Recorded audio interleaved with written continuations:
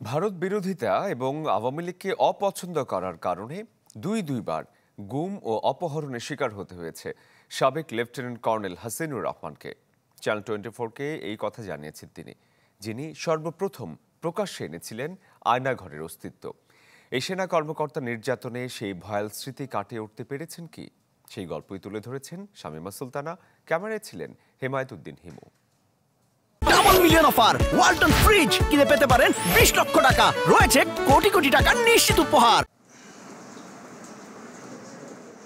সাবেক সেনা কর্মকর্তা হাসিনুর রহমান পাহাড়ে কাজের সময় বীরত্বের জন্য পেয়েছিলেন বীর প্রতীক খেতাব।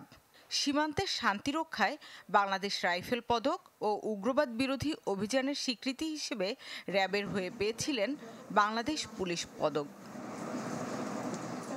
পেশাগত প্রতিটি ধাপেই যার এত দক্ষতার প্রমাণ, তাকেই কেন কখনো জঙ্গি আবার কখনো বিদ্রোহী হিসেবে প্রমাণের চেষ্টা ছিল। ফ্যাসিস্ট সরকারের সকল কর্মকাণ্ড আমি মেনে নিতে পারি নাই। যেমন বিডিআর হত্যাকাণ্ড, খালেদা জিয়াকে সেনাবাহিনী নিবাস থেকে অবনৈতিকভাবে প্রেরণ করা, উনি একজন বিধবা মহিলা, এটা মেনে নিতে পারেনি। আর সবকিছু পিছনে ছিল ভারত। 2011 সালে অপহরণের পর ফের 2018 সালেও গুম করা হয়েছিল তাকে শেখ হাসিনা ও ভারত বিরোধিতার জন্য। মুক্তির পর 2022 সালে আয়নাঘরের অস্তিত্বের কথা তিনিই প্রথম জানান গণমাধ্যমকে। কিন্তু কিভাবে নিশ্চিত হয়েছিলেন এর অবস্থান? আমি অনেক ধরনের ডিউটি করে একটা ছেলেকে পাই, হাতে সিগারেটের দাগ দেওয়া, বেশ কয়েকদিন কথা বলা পরে, কারণ গুলশান 2 সেফ হাউসে, রিজিভাই সেফ হাউসে না, আমরা ওখানে নাই। তা আমি টোকা দিলাম 10,000 টাকা বেড, ও বলে 20,000 টাকা। বলতে বলতে ভাই 1 লাখ টাকা যেতে পারি নাই। ও বলে ফেলার আগে এটা কচু ক্ষেত। আওয়ামী লীগ সরকারের আমলে বারবার গুমের শিকার এই সেনা কর্মকর্তা ও তার পরিবারকে তাড়া করেছিল ভয়, আতঙ্ক, আবার চাকরিও নেই। ভয় আমি খুব কমই পাই।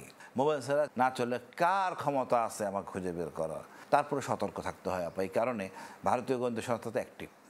সরকার পরিবর্তনের পর বিচার পাওয়ার আশা দেখছেন হাসিনুর রহমান।